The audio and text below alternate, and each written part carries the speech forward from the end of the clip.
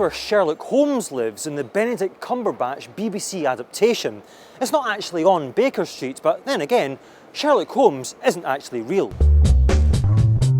Growing up in the 90s was the best time for British comedy you could possibly grow up in terms of the amount of amazing comedy on TV, from Fast Show to Shooting Stars to Father Ted, Royal Family. There was unbelievable amounts of good comedy during the 90s.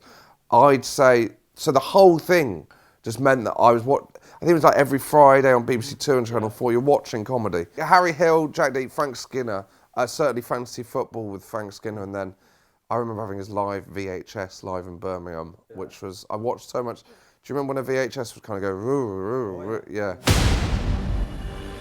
Get on your knees! You have 3 seconds to comply. 1,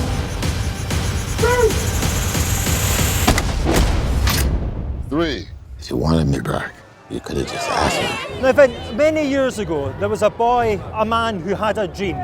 In the 90s, a film, £3,000. You wrote it, you directed it. Multifacial was the film that you started. That's 100% right. See, not many people on the red carpet will mention multifacial. Well, this gentleman just did. He must be from Scotland. Yo, I can't wait till I do enough real work, real acting work, but I don't have to sweat commercials. You know what I'm saying? You're not gonna see like Pacino doing potato chips or Denzel doing donuts. I think anyone that wears their influences too heavily hasn't maybe watched enough comedy, and so I think you need to watch loads of different things so that you can then not pick up any of them, if that makes sense. Case in point being Stuart Lee, when he was doing, you know, he said dissects jokes that say don't work to the audience, but of course they do because he's dissecting it. He says, you know, what's happened there? You laughed, you didn't. I would start seeing that in comedy clubs all around the place. It's like don't stop. When I was doing open mic, I'd say the most copied person was Stuart Lee. Yeah. I'd say even when I started, the first gigs I did, I sounded like Stuart Lee, because I didn't know what I was, you know, I was a big fan of Stuart Lee, would be another one. And you don't know what you're doing, you don't know what you sound like. Sometimes in life we never stop to think how we got to somewhere from somewhere else. That's and right. Here we are at this amazing premiere for you. Yes. The same guy who did Multifacial. That's right. How do you look at the journey now when you're at somewhere like this? I still have a ways to go. Yeah? Yes. Yeah. A great writer named Ross Leckie, who wrote a book called Hannibal, has been a part of this next promise that I made to the world, which is directing the trilogy of Hannibal Barca. Nice one. So until I get that done, I'm still working. I've got to ask you, how many people are we talking to here? 46.6 thousand.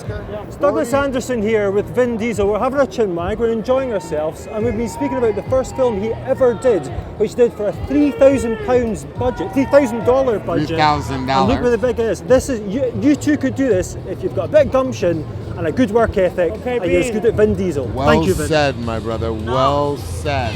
It's always nice to remember how he got from A to B to D to C. I say as well, seems a very nice chap, and he seemed to like the fact that I was Scottish. I don't know how I'm going to tell him, I only put this accent on for media opportunities, but yeah. Choose life, choose a job, choose a career, choose a family, choose a big television. You're a quiet, sensitive type, a little bit crazy, a little bit bad. This is where Ewan McGregor runs into the car at the start of Trainspotting. It also features in Trainspotting 2, making it quite the cinematic double whammy.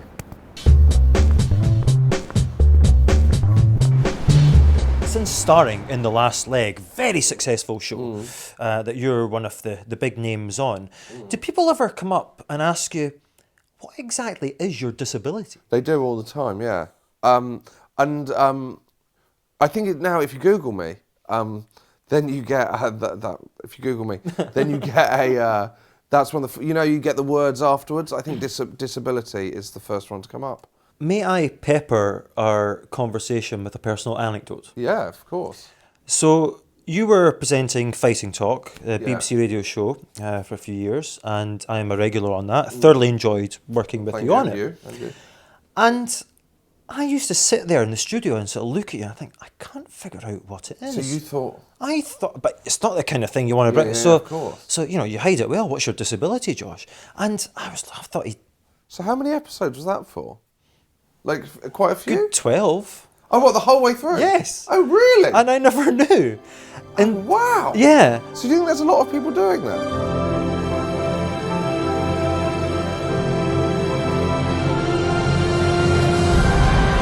Now this is the film with quite the ensemble, but I just wonder that when Will Smith takes stock of his life in years to come, it won't be a film that's his most important achievement. This is Discounting Children, of course, childbirth, very important, but it'll be in fact being a pallbearer at Ali's funeral. Nothing to do with a film, but perhaps the most important moment in his life. You've got Ed Norton, who acted brilliantly at being a brilliant actor in Birdman. Of course, that actor in Birdman was a bit of an arse as well. I've only heard good things about Edward in real life. Howard is a brilliant, creative, charismatic guy. He used to love life. Right now, he hates it. Kate Winslet is in this, great actress, very down to earth, but she has a problem, and it's the blubbing at awards ceremonies. I just wonder if she should seek counselling or perhaps practice meditation, a bit like some people do in the lead up to their wedding when they're scared they're going to cry during the vows, because nobody wants to see the blubbing. A thank you to the crew, a thank you to the cast. You're off the stage, you're back next year. Winning. I think there's a lot of people that look at you and think, that guy is spearheading a new revolution. I'm disabled, but I'm not going to get down about it. I'm not going to mention it. I'm not even going to show it. No, not even exactly. going to show it. So what were you thinking, legs? I did. This sounds terrible. Mental? Yeah, I did think there might be some kind of mental Yeah, disorder of course, going on yeah, that you used comedy as a crutch, maybe. Of course. And then I thought, because you've got a very distinctive voice. See, voice box disability. I thought, is the voice a reaction or a result of something that's happened? Well, I haven't got a throat. I don't know. I was grasping at things. This is a... Did he fall? It affected something in his bones, but also his voice box. I didn't know. Wow, but I was a very brave little soldier with the whole thing. Yeah. I don't think I was the only person to come on that show that went through the same cogitations. No, I'm sure you weren't. So just to make it clear, because if you're still getting asked about this to this day, Josh Widdicombe doesn't suffer from a disability per se that we know of. That we know of. But if he did, my God, the laddie hides it well.